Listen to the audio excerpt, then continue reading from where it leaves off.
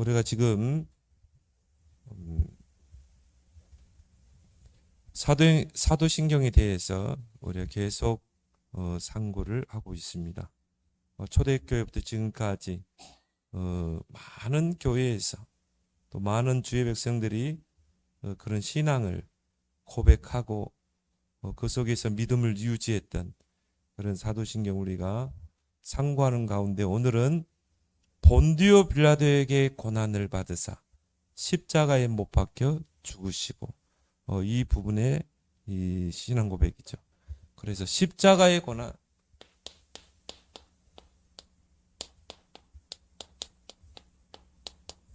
이 부분을 우리가 알고 신앙을 고백할 수 있어야 됩니다. 세 단락으로 나누죠. 본디오 빌라도에게, 두 번째 고난을 받으시고, 그리고 십자가에 못 박혀 죽으시고. 그래서 그 부분을 이제 로마서 5장 8절에 잘 설명하고 있죠. 바로 십자가는 하나님의 사랑의 확증이다. 하나님 우리를 사랑하시는 확증이 그 십자가에 나타나고 있다는 것이죠. 그래서 이 사도신경이 이 하나의 고백으로 형성되던 2세기, 3세기에 예수님의 인성을 부인하는 이단들이 일어나게 됐습니다. 그래서 우리는 1인 2성 그렇게 고백을 하죠. 예수님은 한 인격 안에 두 성격이 있다. 바로 신성과 인성.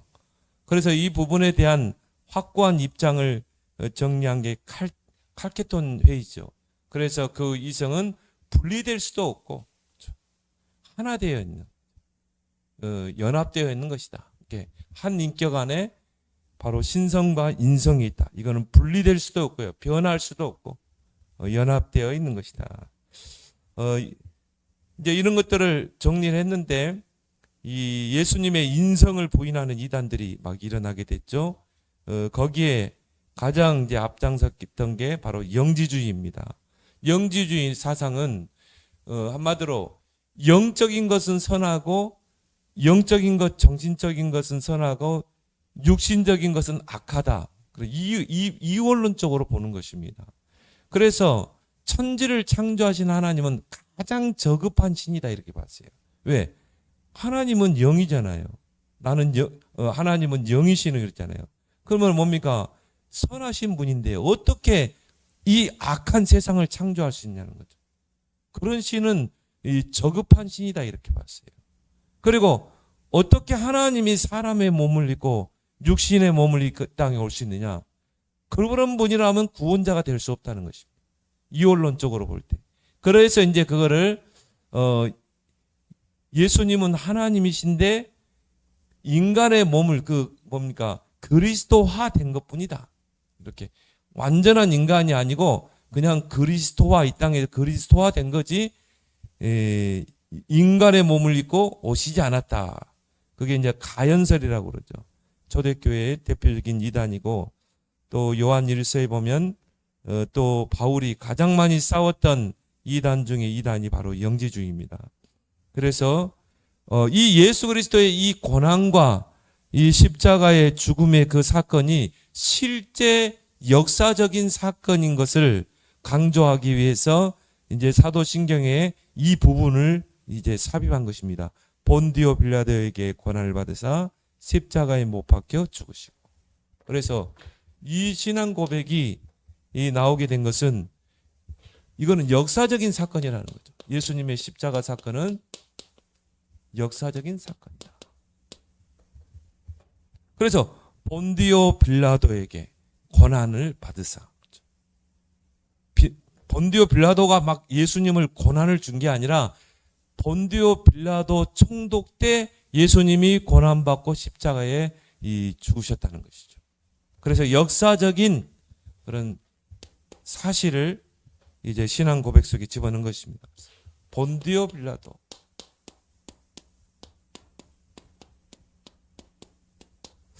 이 인물은 어떤 인물인가? 그래서 AD 26년에서 36년까지 유대의 3대 총독, 유대 총독으로 다스렸던 그런 인물이죠. 그래서 로마 황제가 팔레스타인 주변을 식민지화했죠. 그 중에 한 나라가 바로 유대 땅입니다. 유대 땅을 이제 식민지화하면서 이제 거기에 로마 황제를 대신해서 그 유대 땅을 다스릴 총독을 파송한 것입니다. 그 로마에서 파송된 황제가 파송된 황제에게서 파송된 총독이 바로 이 누굽니까? 본디오 빌라도인 것입니다. 우리나라도 한때 일본의 식민지 지배를 당했잖아요. 그래서 일제가 우리나라를 통치하게 해서 총독을 뒀죠. 그래서 이 조선 총독부가 있었잖아요. 그런 것처럼 이 본디오 빌라도는 총독으로서 막강한 권력을 가지고 있는 자였습니다. 그래서 유대인들이 또 유대 지도자들이 예수님을 고발을 하게 된 거죠. 이 본디오 빌라도의 총독이.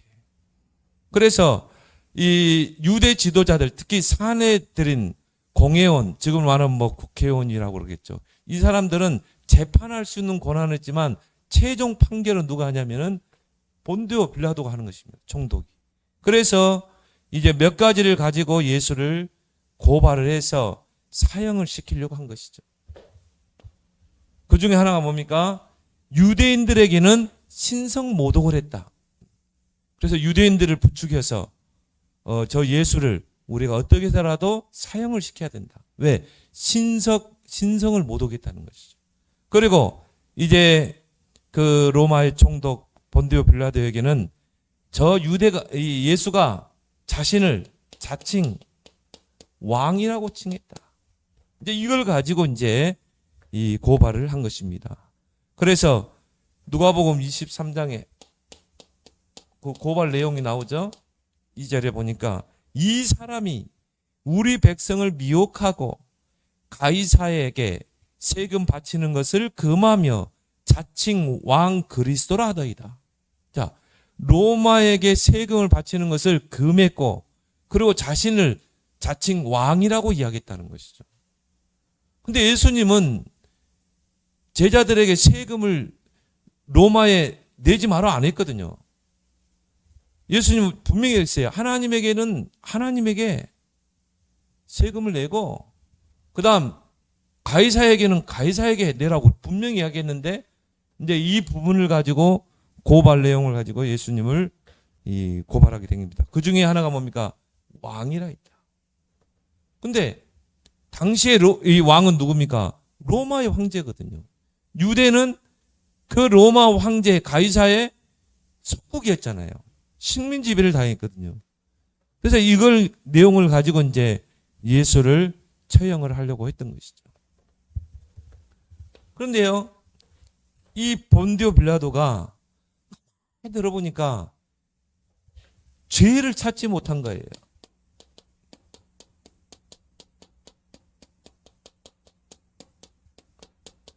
그 예수에게서 죄를 찾지 못한 것입니다. 여러 가지 조사를 했겠죠. 근데 아무리 봐도요, 여기서 말하는 왕은 뭐 로마의 왕을 가이사를 대적하는 그런 왕이다. 그런 게 아니고 정말 어떻게 보면은 이 구원자로서의 왕을 이야기한 거 아닙니까?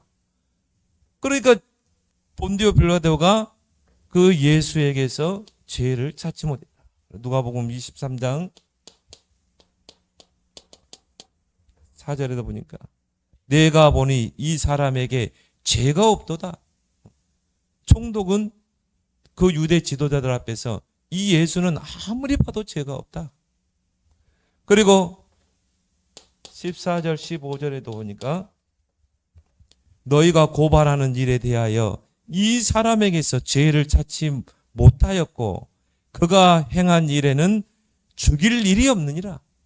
그러니까 저 예수를 사형시킬 만큼 그런 죄가 있는 게 아니라는 것이죠. 왜? 이건 로마에 대항한 게 아니었고, 로마에 대항했다면 당연히 법적인 이 심판을 받겠지만은 이거는 유대인의 문제였거든요. 그래서 이거는 죽일 일이 없는 것이다. 22절에도 보니까 나는 그에게서 죽일 죄를 찾지 못하였나니 때려서 놓으라. 그냥 채찍에 몇 대 때리고 그리고 놓으라는 거죠. 그래서 이제 그때는 여러 가지 그런 판결이 있었겠죠. 뭐 이렇게 예를 들어서 뭐 채찍을 때리게 한다거나 아니면 태장을 때린다거나 아니면 금고형 며칠 가두든지 아니면 최고의 형은 사형이겠죠. 근데 본디오 빌라도가 볼 때는요, 이거는 예수님에게서 죄를 찾지 못한 거예요. 하도 유대 지도자들이 예수님에 대해서 이 벌을 줘야 한다고 그러니까 그렇다면 그냥 채찍으로 몇 대 때리고 그리고 끝내려고 했던 것입니다. 한마디로 예수님에게서 죄를 찾지 못한 거죠. 그래서 이 본디오 빌라도가 예수님에게 자꾸 이제 이 질문을 합니다. 뭐 검사처럼요. 근데 예수님께서는 침묵하셨다. 대답할 가치가 없었던 것이죠. 마태복음 27장 14절에도 한마디도 대답하지 않으시니라. 누가복음 23장. 그 본디오 빌라도가 어떻게 하늘의 일을 이해할 수 있겠습니까? 그죠? 본디오 빌라도에게 아무리 영적인 이야기를 해도 본디오 빌라도가 이해를 못하니까. 그러니까 그냥 예수님이 아예 침묵을 하신 것이죠. 그런데요, 유대인들이 가만히 있겠습니까? 총독이 죄를 찾지 못했다. 그러니까는 이제 여론을 이제 부추긴 거죠. 여론을 통해서 압박을 시도합니다. 압력을 행사하게 됩니다. 저는 보면서 지금도 똑같은 것 같아요. 여론을 부추겨서 여론 재판을 하는 것이죠. 그래서 이런 종교 지도자들이 여론몰이를 한 것입니다. 여론을 부추기는 거죠. 그렇게 해서 총독에게 이제 압박을 가하기 시작한 것입니다. 한마디로 총독을 협박하는 거죠.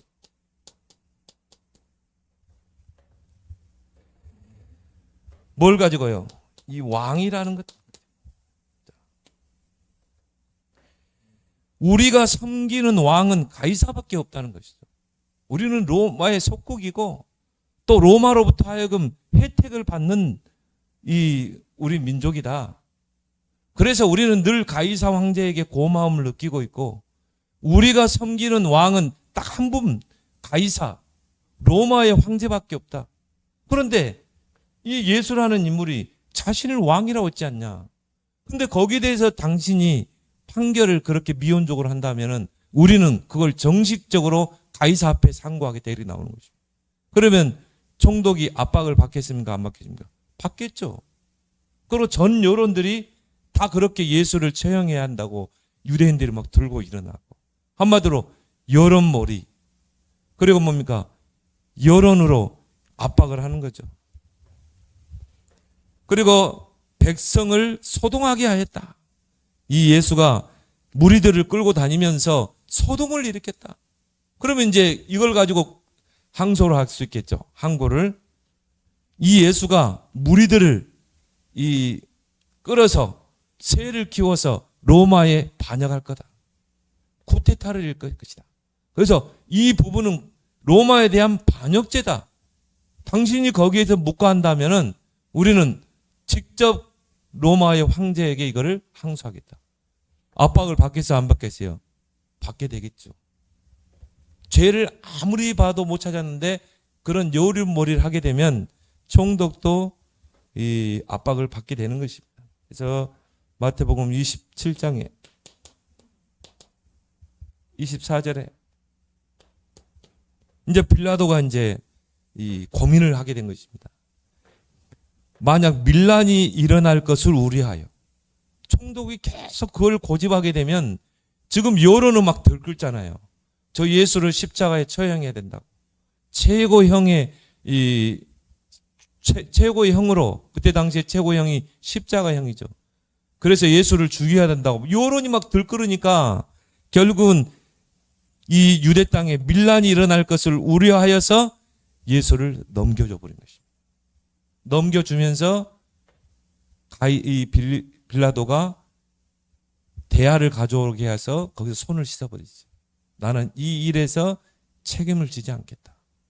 그리고 너희들이 저 예수를 십자가에 못 박은 그것을 너희들이 담당하라. 그때 유대 지도자들이 한 말이 뭐죠? 이 핏값을 우리와 우리 후손들에게 갚으라고. 근데 그대로 됐잖아요. 그 구원자를 십자가에 처형했던 그 죄값을 지금까지도 받고 있죠.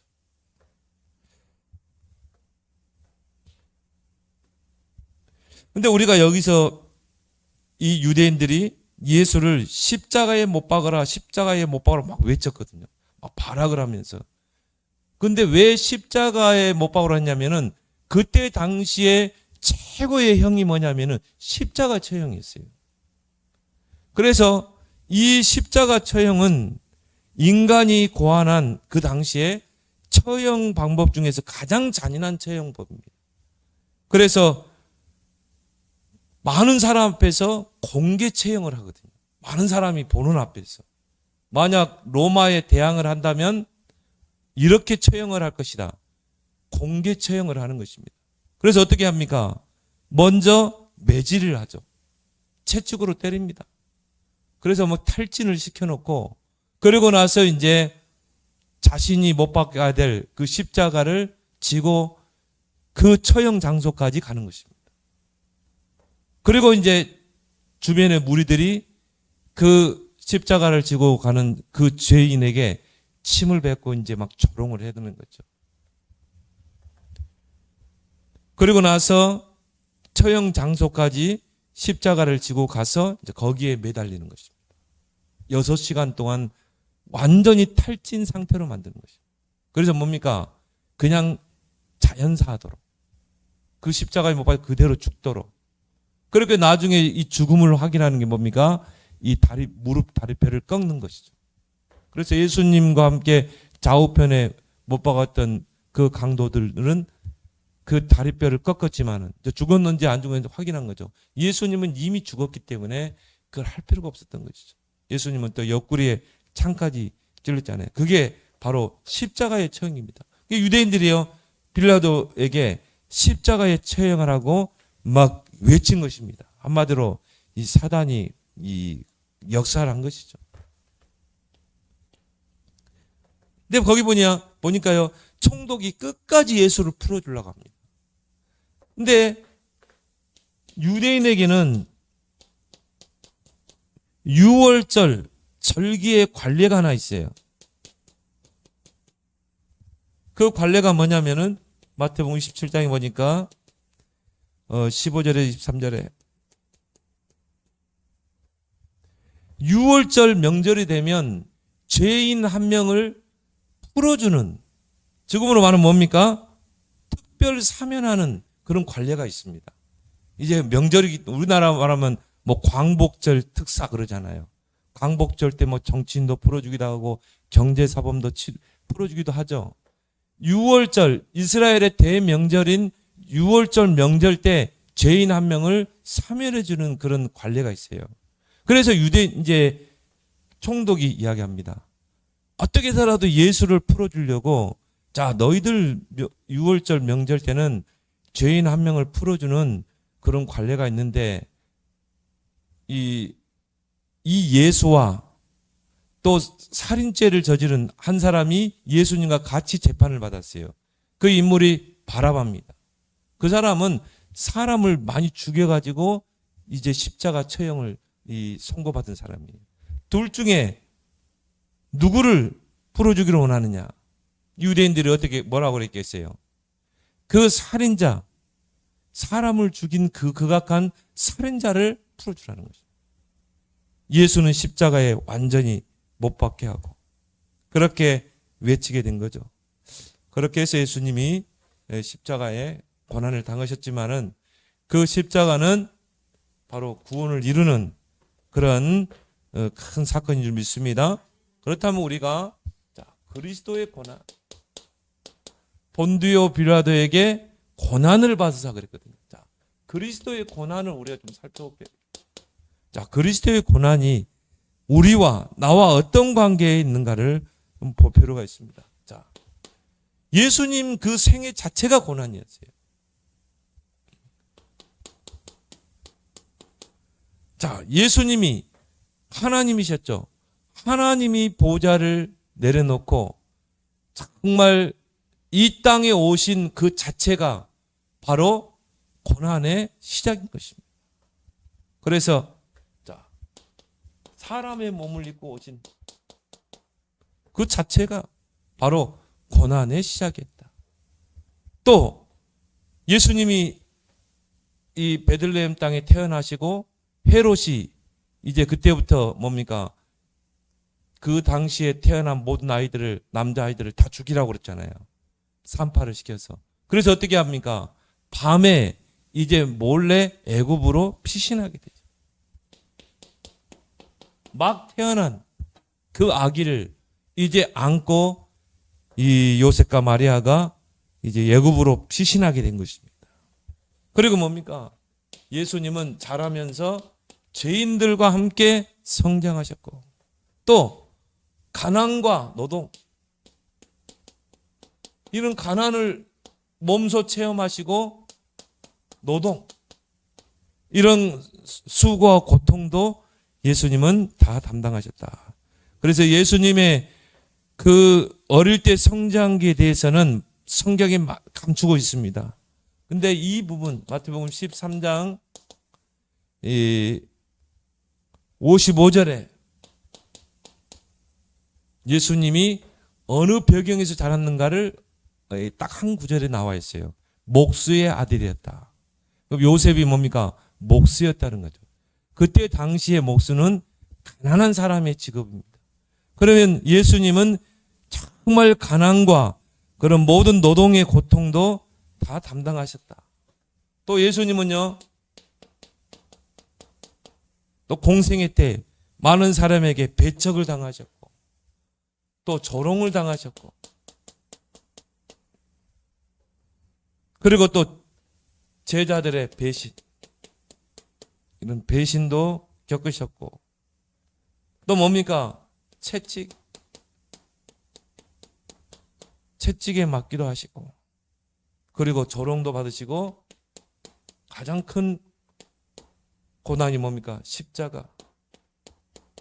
십자가에 못이 박히시고 또 우리 인간이 이 땅에 태어나서 받는 그런 뭡니까?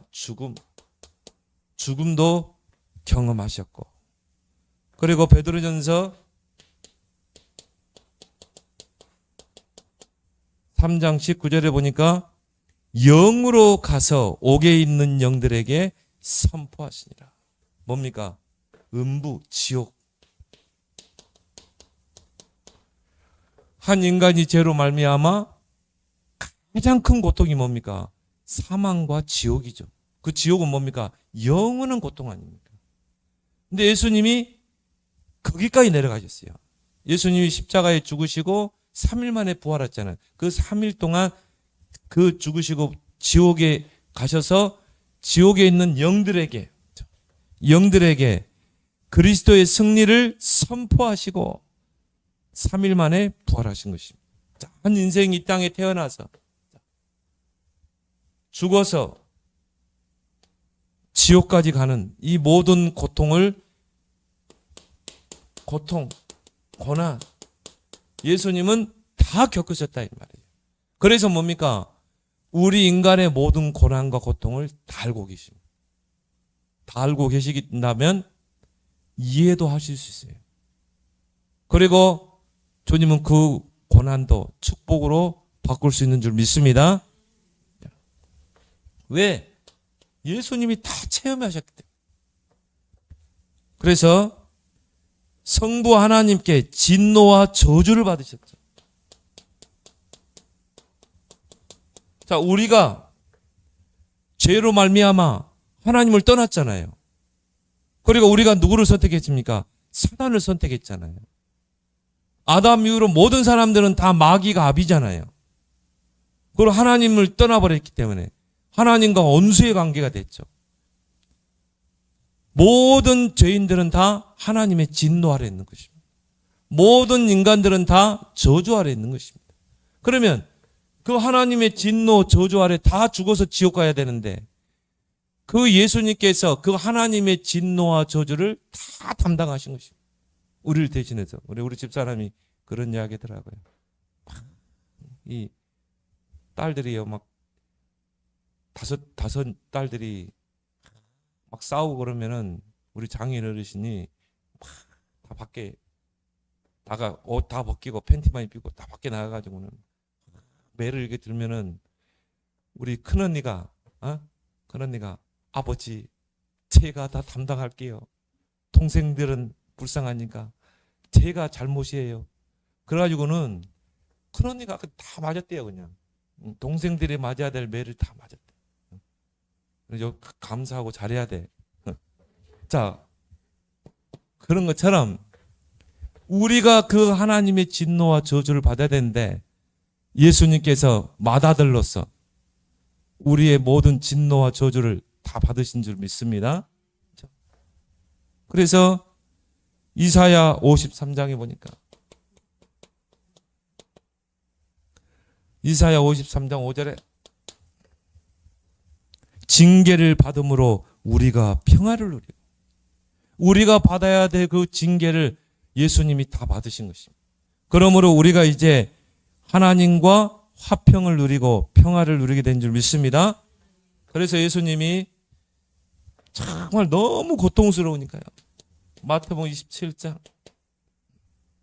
46절 예수님의 7원 중에 6번째가 뭡니까? 엘리 라마 사박다니. 엘리 라마 사박다니. 그 뜻이 뭐라고 그랬습니까? 나의 하나님 어찌하여 나를 버리셨습니까? 하나님께서 아들을 버려버렸거든요. 그리고 완전 진노를 내리셨거든요. 완전히 저주를 내렸거든요. 우리가 받아야 할 진노 저주. 너무 예수님이 고통스러우니까 나의 하나님 어찌하여 나를 버리셨나요? 마지막 7은 뭡니까? 다 이루었다. 다 이루었다 하시고 운명하시니라. 십자가에서 뭐예요? 구원을 다 이루었다.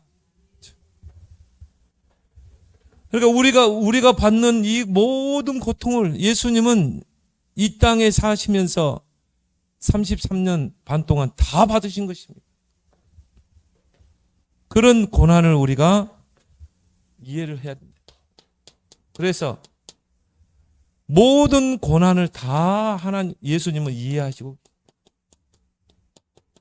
우리가 받는 모든 고난을 그게 이제 이사야 53장이죠.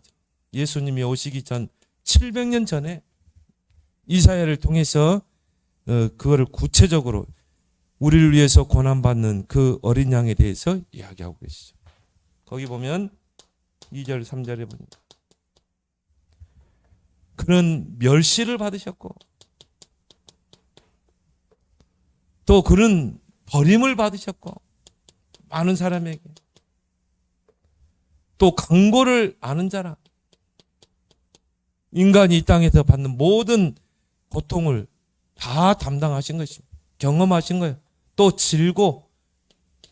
질고를 지셨고 또 질병의 고통도 다 담당하셨다. 그래서 예수님은 우리의 모든 질병도 치유할 수 있는 것입니다. 예수님도 자라오시면서 질병을 안 겪으셨겠어요? 인간이 이 땅에서 받는 모든 고통을 다 체험하신 것입니다. 그래서 질고를 아느니라.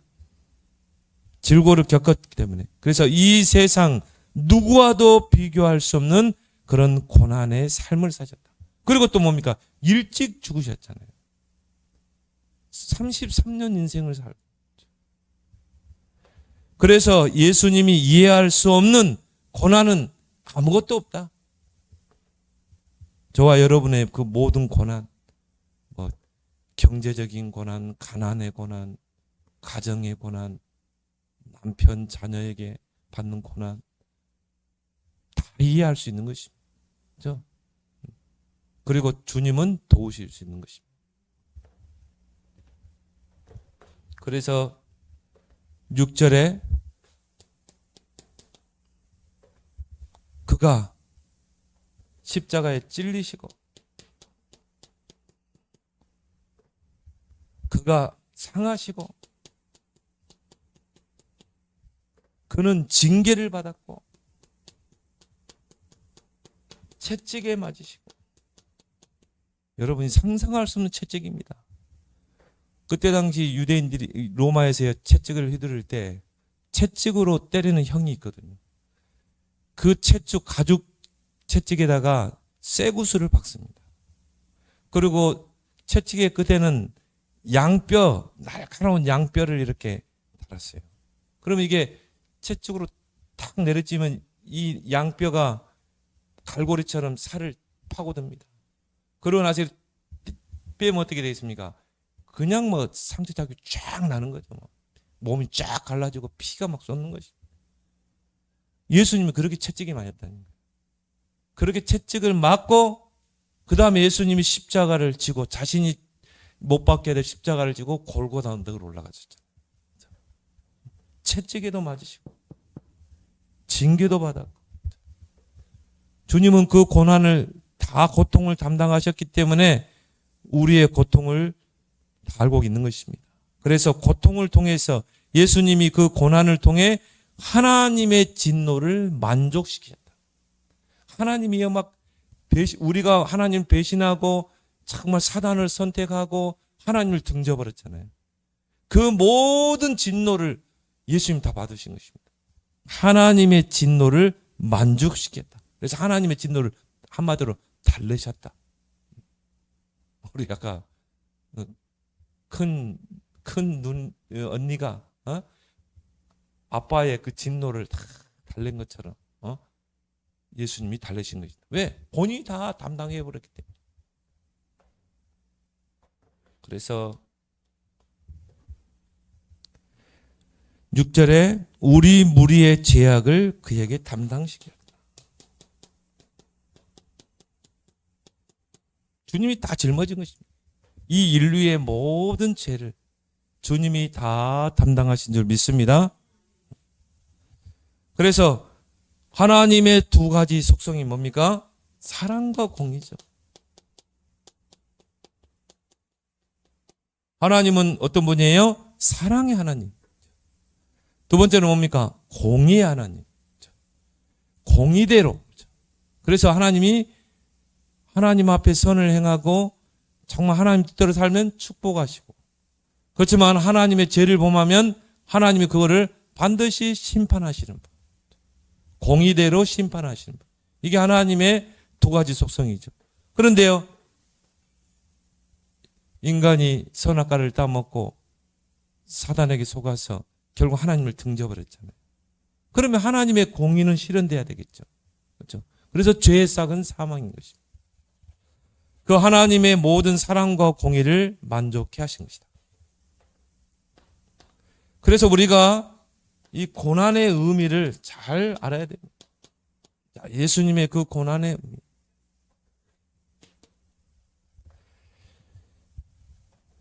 자, 첫 번째 뭡니까?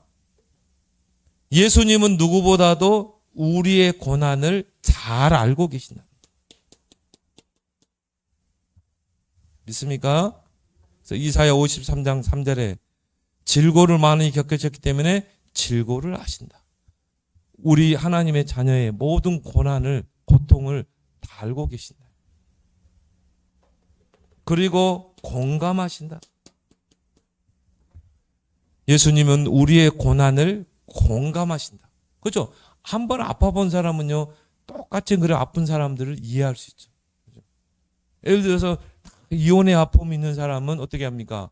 그런 사람 만나면요, 공감이 되는 거예요. 그래서 상담도 해줄 수 있고, 괜찮아, 나도 그랬어. 네가 다시 일어설 수 있어.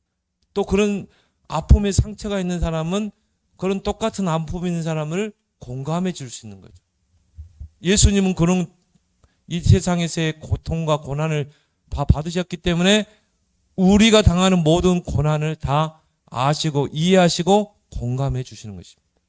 괜찮아. 나도 그런 고난을 겪었어. 그러나 그 십자가는 그냥 고난이 아니야. 그거는 영광의 십자가야. 그죠? 십자가가 없이 어떻게 부활이 있습니까? 십자가가 있었기 때문에 부활이 있잖아요. 그래서 우리는 현재의 고난은 장차 나타날 영광과 촉히 비교할 수 없는 것입니다. 우리는 그런 고난에 낙심하고 머무르면 안 돼요. 그죠? 예수님 부활하셨잖아요. 그 십자가를 통과하고 부활했잖아요. 그렇다면 우리에게 있는 그 십자가의 고난이 그거는 영광의 부활로 축복으로 바뀔 줄 믿습니다. 공감하신다. 공감이라는 단어를요, 참 제가 좋아하거든요. 공감한다. 그리고 뭡니까? 예수님은 이런 고통을, 고난을 생애 동안 다 겪으셨기 때문에 그 고난을 축복으로 바꾸신다. 모든 고난을 다 축복으로. 요셉이 당하는 고난 보세요. 하나님이 그것을 다 축복으로 합력하여 선을 이루셨잖아요. 그리고 뭡니까? 결국은 지금 나에게 당하는 이 고난이 장차 나타날 영광과 좋게 비교할 수 없다. 그래서 바울은 로마서 8장 13절에 현재의 고난은 장차 나타날 영광과 좋게 비교할 수 없다. 그래서 예수님은 지금도요 우리에게 말씀을 주십니다. 너 고난 당하고 있어? 너 어려움 당하고 있어? 아니야.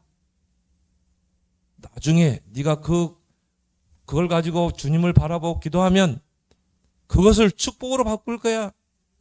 그걸 영광으로 바꿀 거야. 거기에 하나님의 계획이 있어. 틀림없습니다.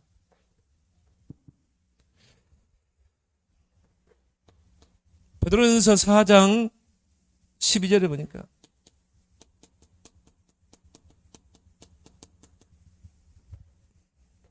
그리스도의 고난에 참여하는 것으로 즐거워하라. 여러분이 고난을 당하면요, 내가 그리스도의 고난에 참여하고, 주님도 이런 고난을 당하셨지. 그렇죠? 그래서 우리는 견디고 이겨나가는 줄 믿습니다. 그리스도의 고난에 참여하는 것으로 즐거워라. 그래서 다윗은 시편 119편 71절에 고난 당하는 것이 내게 유익이라. 다윗은요 많은 고난을 겪었습니다. 그런데 알고 보니까 처음에는 그 고난 때문에 힘들어하고 했지만요, 그 고난을 통해 더 하나님을 바라보게 되고 사람 의지하지 않게 되고, 그러니까 나중에는 다윗이 이런 고백을 할 수 있었죠. 나에게 있는 이런 고난들이 결국 유익된 거였다. 여러분이 고난 없으면 하나님 앞에 기도해요? 안 하죠. 여러분이 만약 어려움, 고난이 없이 그냥 모든 게 평탄하고 그러면은요, 하나님 바라보지 않습니다. 우리 인생이 창세기 3장 인생이에요. 창세기 3장, 6장, 11장 인생. 하나님 바라보지 않습니다. 기도하지 않습니다. 그래서 하나님은 적당하게 어려움도 주시고 적당하게 고난도 주시는 거예요. 그래서 그걸 알고 나면요, 이 고난이 내게 축복인 것입니다. 그래서 바울은 로마서 5장 3절에서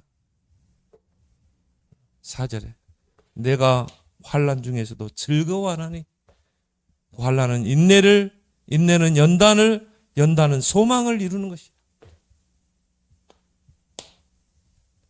그래서 본디오 빌라도에게 고난을 받으사 십자가에 못 박혀 죽으시고, 그리스도의 십자가, 우리 인생의 모든 문제를 해결하신 사건이죠. 그 그리스도의 십자가는 뭡니까? 한마디로 뭡니까? 진노와 저주입니다. 많은 사람들이 뭐 십자가를 자랑스럽게 차고 다니고 십자가 귀걸이도 하고 그러는데, 십자가는 뭐예요? 저주입니다. 저주. 바로 이 최고의 사형수가 이 당하는 그런 처형이죠. 그래서 신명기 21장에 보니까 22절 23절 나무에 달린 자는 하나님께 저주를 받았습니다. 나무에 달린 자는 하나님께 저주받은 자다. 그럼 예수님이 십자가 못 박히신 건 뭐예요? 저주를 받은 것입니다. 하나님께 진노를 받고 저주를 받은 거예요. 우리를 대신해서 예수님이 진노를 받고 저주를 받아버린 것입니다.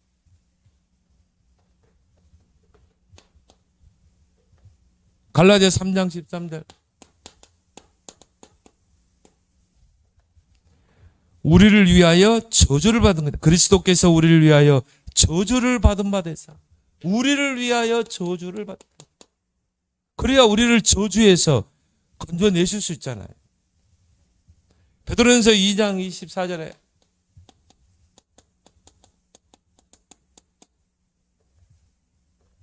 친히 나무에 달려 그 몸으로 우리 죄를 담당하셨다. 그래서 주님이 나무 십자가에 달린 것은 우리가 받을 그 저주를 받으신 거다. 그리고 뭡니까? 우리의 죄를 짊어지고 십자가에 못 박히신 것이다. 우리의 죄를 다 담당하신 것이다. 그리스도의 십자가는 약속된 영생이다. 그래서 약속된 영생으로 가는 길이다. 그 십자가를 통해서 우리에게 뭡니까? 영원한 생명을 주신 것이다. 그래서 우리가 그 유명한 요한복음 3장에 14절, 16절에 모세가 광야에서 뱀을 든 것 같이 인자도 들려야 하리니 이는 그를 믿는 자마다 다 영생을 얻게 하려 합니다. 그러면서 그 유명한 말을 하죠. 하나님이 세상을 이처럼 사랑하사 독생자를 주셨으니 이는 저를 믿는 자 멸망치 않고 영생을 얻게 하라. 예수님이 십자가에 달린 것은 뭐예요? 우리에게 영생을 주시기 위해서. 그래서 그 비슷한 사건이 민수기 21장에 나오죠. 이스라엘 백성이 광야길을 가는 동안에 얼마나 하나님을 원망한지 몰라요. 하나님 원망하고 왜 우리를 애굽에 두지 않고 이곳에 광야로 보내서 우리를 고생시키느냐. 하나님 원망하고 모세 원망하고. 그러니까 하나님이 어떻게 합니까? 광야에 불뱀들을 보내가지고 이스라엘 백성은 다 물게 해버린 것입니다. 한마디로 불뱀이라고 하는 독사 있잖아요. 뭐 코로나. 그런 광야에 있던 코로나 다 불러 모아가지고 이스라엘 백성은 다 물어버린 거예요. 그럼 어떻게 합니까? 독이 퍼져가지고 다 죽어가는 거예요. 네? 코브라. 독사, 코브라 막. 이런 게 막 다 물어가지고요. 백성들이 다 죽어가는 거예요. 그때 막 이스라엘 백성이 하나님 앞에 잘못했습니다. 우리가 용서해 주세요. 하나님을 자꾸 부르시니까 하나님 뭐라고 그러니까 모세야 노수로 뱀을 만들어라. 그리고 그걸 장대에 매달고 높이 매달아서 그걸 보게 해라. 그래서요 이스라엘 백성이 높이 장대에 매달린 그 노뱀을 쳐다볼 때 어떻게 하세요? 다 낫게 되죠. 해독이 된 것이죠. 치유가 된 거예요. 그 노뱀이 누구를 상징합니까? 예수님의 십자가. 우리 죄를 위해 높이 십자가에 달리신 예수 그리스도. 지금도 앰뷸런스에 보면 뒤에 문을 보면은 노뱀 있잖아요. 그래서 예수님이 노뱀을 바라본 즉 모두 살리라. 예수 그리스도를 상징하죠. 고린도전서 1장 18절에서 24절에 십자가의 도가 멸망을 당하는 자에게는 미련한 것이요 구원받을 우리에게는 능력이 됨이라. 그리스도는 하나님의 능력이요 지혜니라. 구원의 능력, 영원한 생명을 주시는 능력, 또 세상의 그 어떤 것과 비교할 수 있는 지혜. 세상 사람들은 미련하거든요. 어떻게 십자가에 죽은 그 예수가 우리를 구원하냐고. 미련하다고 하지만 하나님은 그 세상 사람 미련하다고 하는 그 십자가의 그 도리를 통해 우리를 구원하기를 기뻐하신 줄 믿습니다. 그래서 예수님의 그리스도의 십자가는 대속의 죽음, 나를 대신해서 죽은 것입니다. 그래서 나의 죄를 속하기 위해서 대신 죽으려면 어떻게 해야 돼요? 죄가 없어야 돼요. 그래서 하나님이 사람의 몸을 입고 십자가에 죽은 것입니다. 하나님이 왜 인간의 몸을 입고 했어요? 죽으려 왔어요. 하나님의 진노받고 저주를 받아 죽으려고 오신 것입니다. 그래야 우리를 구원해내고 영원한 생명을 주실 수 있기 때문에. 그래서 이사야 53장 5절에서 6절에 이걸 이제 이 루터는 징계를 맞음으로 너희가 평화를 누리게 됐고 그가 채찍에 맞음으로 우리가 나음을 입었도다. 그걸 루터는 이제 신적 교환으로 이야기했어요. 또 거룩한 교환. 그 말은 뭡니까? 하나님이 사람의 몸을 입고 와서 어떻게 해요? 징계를 받았다. 그러므로 그 징계를 받은 것 때문에 그 하나님이 징계를 받은 것 때문에 우리가 나음을 평화를 누렸고 그가 채찍에 맞음으로 우리가 나음을 입었다. 신적 교환. 종교 개혁을 이겼던 루터가 한 말이죠. 로마서 5장 8절에 우리가 아직 죄인 됐을 때 그리스도께서 우리를 위하여 십자가에 죽으심으로 하나님께서 우리에게 대한 자기의 사랑을 확증하셨다. 하나님이 우리를 사랑하시는 그 확증. 우리가 하나님 떠나 진노 가운데 저주 가운데 있었는데 하나님은 우리를 이 가운데 두지 않으시고 독생자 예수님을 보내서 우리를 구원하시게 한 것입니다. 십자가에 죽게 하심으로. 바로 하나님이 우리를 끝까지 사랑하시는 것입니다. 왜? 창세 전부터 이미 선택된 백성이에요. 그래서 우리가 찬송과 가사에도 하늘을 두루마리지 않고 바다를 목물 삼아도 그 하나님의 사랑을 다 기록할 수가 없는 것입니다. 쌓을 수가 없는 것이죠. 그래서 우리는 사랑의 빚진 자인 줄 믿습니다. 그래서 우리는 십자가의 공동체.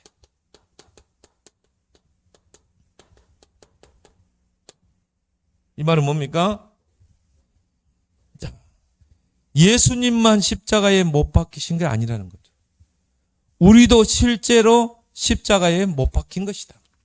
예수님이 십자가에 못 박힐 때 우리도 같이 십자가에 못 박힌 거라. 예수님이 부활과 함께 우리도 다시 부활한 것입니다. 새 생명으로. 그래서 우리는 십자가의 공동체 속에 있다. 그래서 바울이 강조했던 게 뭡니까? 갈라디아 2장.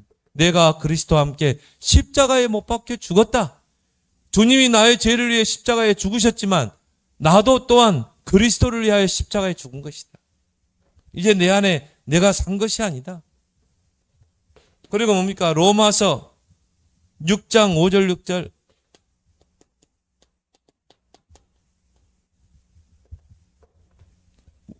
예수님의 죽으심과 연합한 자가 되었다면 예수님의 부활과도 우리는 연합한 자가 되었다. 우리의 옛사람이 예수와 함께 십자가에 못 박힌 것은 죄의 몸이 죽어 다시는 죄에게 종노를 하지 아니하려 합니다. 우리의 옛사람도 십자가에 어떻게 해요? 못 박혔다. 예수님의 십자가와 함께 우리는 어떻게 해요? 연합했다. 그럼 우리도 십자가에 못 박힌 것입니다. 예수님의 부활과 우리는 또 함께 연합했다. 그래서 우리는 새 생명으로 다시 부활한 것입니다. 그럼 어떻게 해야 돼요? 우리의 옛사람은 이제 십자가에 못 박아야 돼. 그러면서 갈라디아 5장 24절.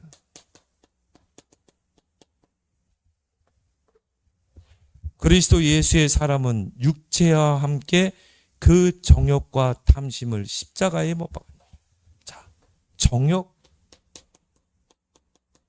탐심. 그리스도 예수의 사람은 육체와 함께 그 정욕과 정욕과 탐심을 십자가에 못 박았다. 이 부분이 안 되죠.